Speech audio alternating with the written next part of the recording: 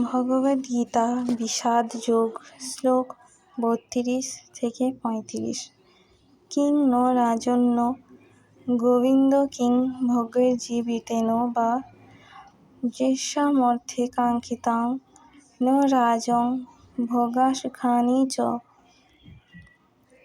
ত ইহমেবস্থিতা যুদ্ধে প্রাণস্তক্তা ধনানি চ আচার্যা পিতরো পুত্রস্তৈব চ পিতামহা মাতুলা শ্বশুরা পৌত্রশালা সম্বন্ধিনস্তথা এতা ন হন্তুমিচ্ছামি ঘ্নতোऽপি মধুসূদন।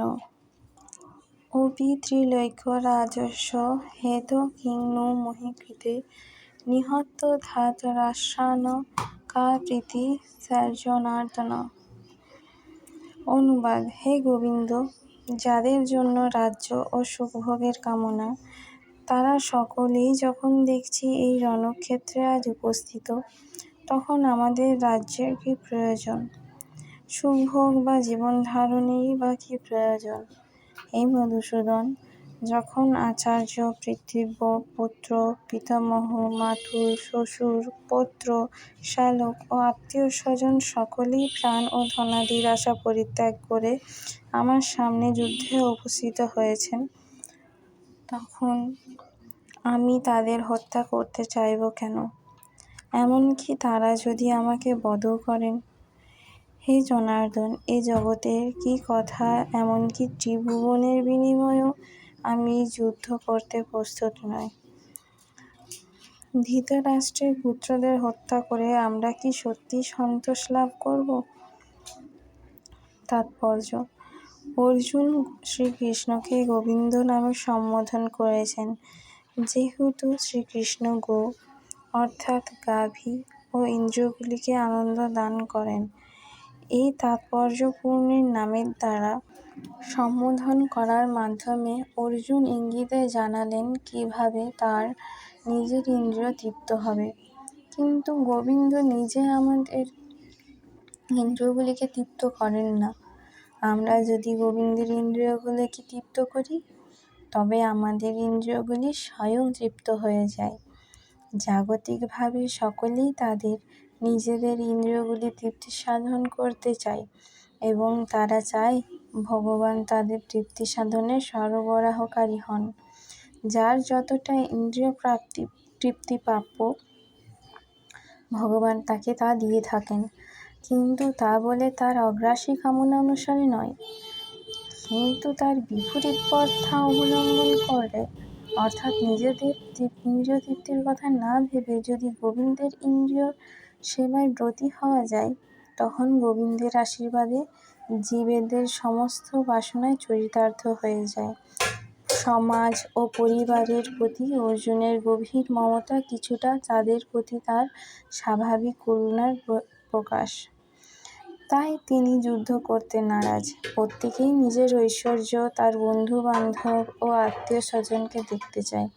কিন্তু অর্জুন আশঙ্কা করেছিলেন যে যুদ্ধে তার সমস্ত আত্মীয়-স্বজন ও বন্ধু-বান্ধব নিহত হবে এবং যুদ্ধ জয়ের পরে তা ঐশ্বর্য ভোগ করার জন্য তার সঙ্গে আর কেউ থাকবে না।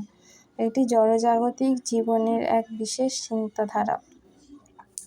অপ্রাকৃত অনুভূতি সম্পন্ন জীবন অবশ্য ভিন্ন ধরনের। ভগবত্তত্ত্ব যেহেতু ভগবানকে তৃপ্ত করতে চান, তাই ভগবান চাইলে তিনি পৃথিবীর সব রকম ঐশ্বর্য ভগবানের সেবার জন্য গ্রহণ করতে কুণ্ঠিত হন না।